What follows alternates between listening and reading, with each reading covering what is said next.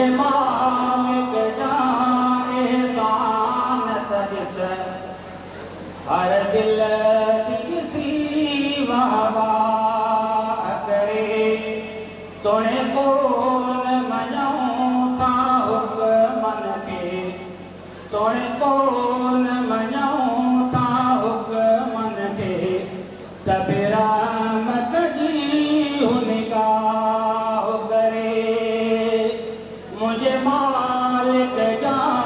एहसान तजिस हर दिल किसी वाहवा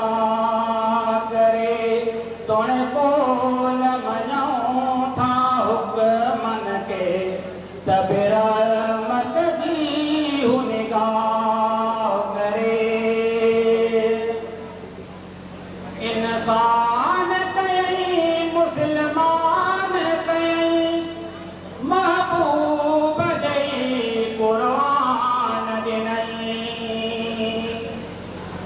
इंसान कई मुसलमान कई महबूब दई कुरान ॾिनई एॾी त इलाही हस्तिया एॾी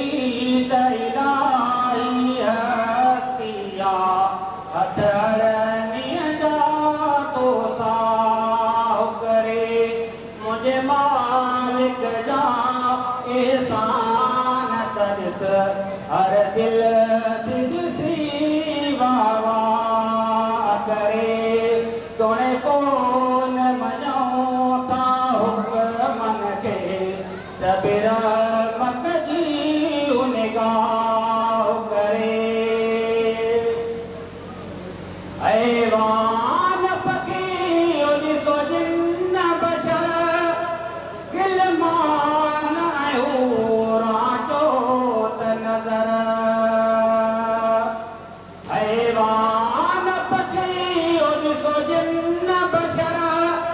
गिलमान हूरां जो त नज़र अखियुं ॾींहं थियो ऐं राति बणी अखियुं ॾींहं थियो ऐं राति बणी कीअं पार करे मुझे मालिक जा एहसान तजिस हर दिल ॾिसी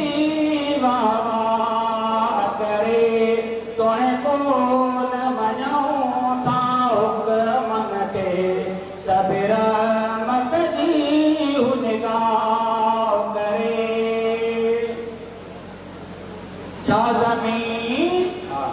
छा ज़मीन में आसमान तो ॾिस थिए छा मां छा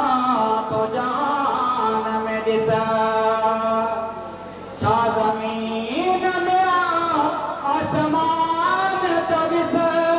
थिए छा मां छा तो जान में ॾिस अखियुं पेट अमर मेहमान करे अखियुं पेट अमर मेहमान करे अखियुं खाइण पीअण जी राह करे मुझे मालिक जा एहसान तजिस हर दिल ॾिसी वाह करे तोड़े कोन मञूं था हुक्मन खे तोड़े कोन मञूं था हुक्मन खे तबे रहमत जी निगाह करे इंसाफ़ जो एॾो मालिक थो जहाननि खे पाले ताते इंसाफ़ जो एॾो मालिक थो जहाननि खे पाले ताते असां निंड कयूं ऐं हू जागे असां निंड कयूं ऐं हू जागे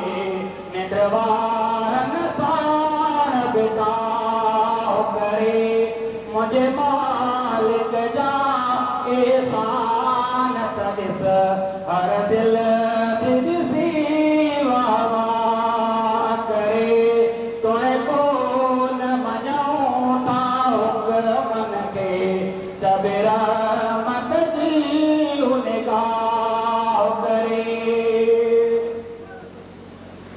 मिसकीन हुजे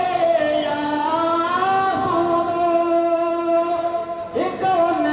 जो सभु लाइ फरमूदो मिसकीन हुजे या सूदो हिकु उन जो सभु लाइ फरमूदो जो मञे त घटे न मञे उन लाइ जो मञे त घटे न मञे उन लाइ थोबा सज़ा करे मुंहिंजे मालिक जा एहसान त ॾिस हर दिलि थी ॾिसी वाह करे तोड़े को न मञूं था हुकमन खे तोड़े को न मञूं था हुकमन खे त बेरहमत जी निगाह करे मुंहिंजे मालिक जा एहसान